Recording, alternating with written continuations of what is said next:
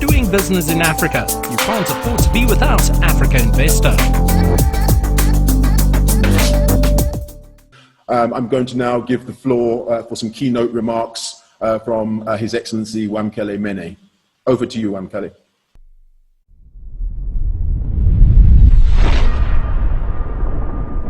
Thank you very much, Hubert, and thank you again for arranging this session today. My apologies in advance. I have to go back to the summit, which is continuing today.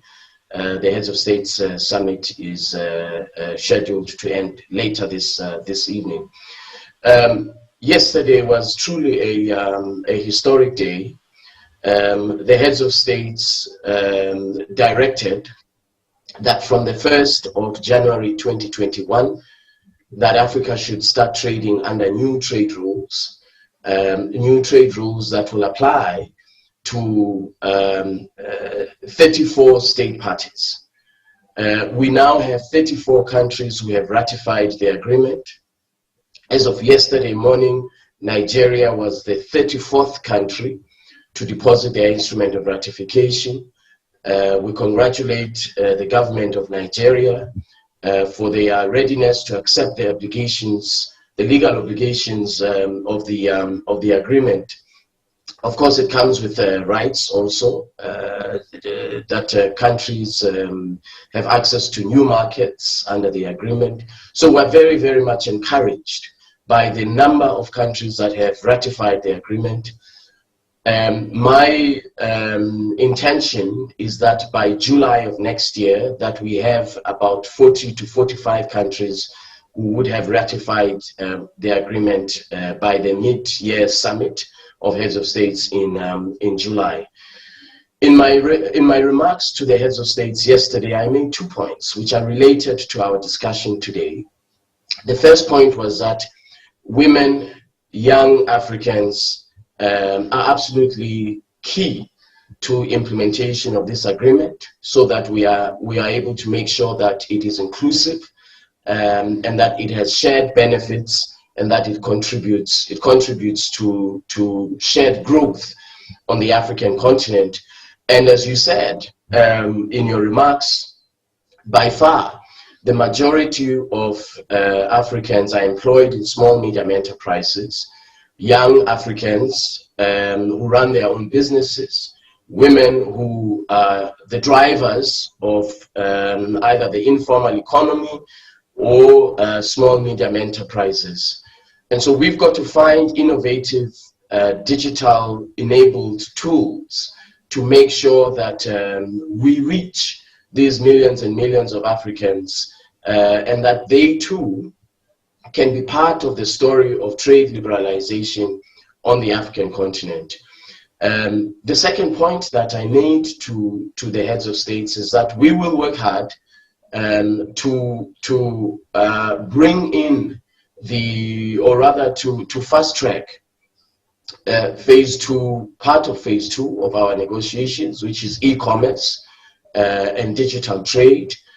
We now, because of COVID-19, it is clear that we cannot backload negotiating an instrument on digital trade, that we have to front load an instrument on digital trade, e-commerce. I think COVID-19 has clearly demonstrated the importance of e-commerce and digital trade. We know that now you can access a digital pharmacy, that you can consult your doctor remotely. All of these things which have been happening, the innovations that have had to happen as a result of COVID-19, they really compel us to move much faster on establishing a regulatory framework for e-commerce and digital trade on the African continent. The Heads of States agreed to the recommendation to fast track e-commerce and digital trade. They accepted the point that I made, that COVID-19 underscores the importance of e-commerce and digital trade. So I think if you link these two, if you link the challenge of having to ensure that we have inclusivity, shared growth, driven largely by small medium enterprises, women and young Africans, with a tool, a protocol on digital trade and e-commerce.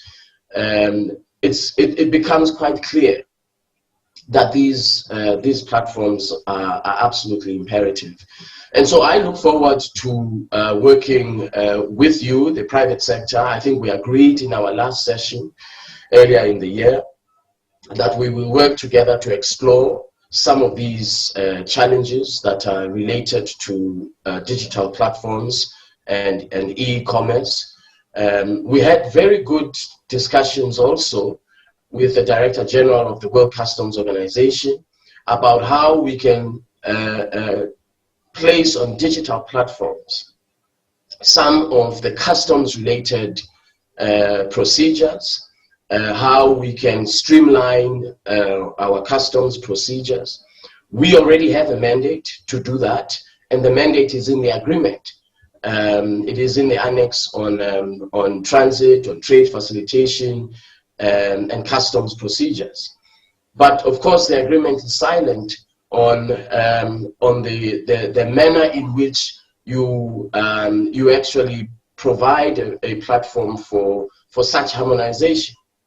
So we envisage, in the discussions that we have had with the DG, we envisage that we will be able, from next year onwards, we will be able to develop some of these digitally enabled platforms for customs procedures.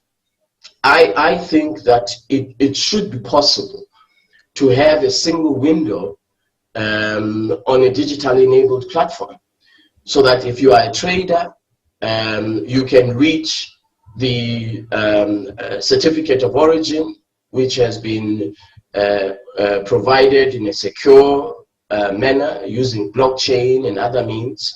There's various innovations that we can look into to ensure that we have efficient, cost-effective, and affordable trade on the African continent using these digital platforms.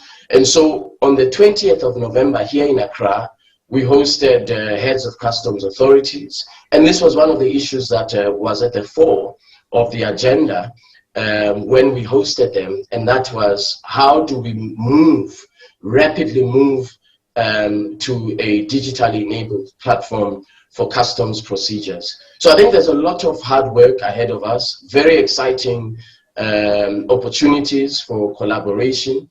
In February, on the margins of the next summit of heads of states, I hope that all of us can sit together and explore how we can give meaning to digitization of trade on the African continent, to these digitization of customs procedures. We can look at what sort of an event we have on the margins of the next summit, ordinary session of the Assembly of Heads of States, which will be in Ethiopia in February. So I thank you very much, and I'm afraid I have to go back to the summit. My apologies for having to leave, but I hope we are going to have very, very good discussions in the next hour. So thank you very much to everybody. Doing business in Africa, you can't afford to be without Africa Investor.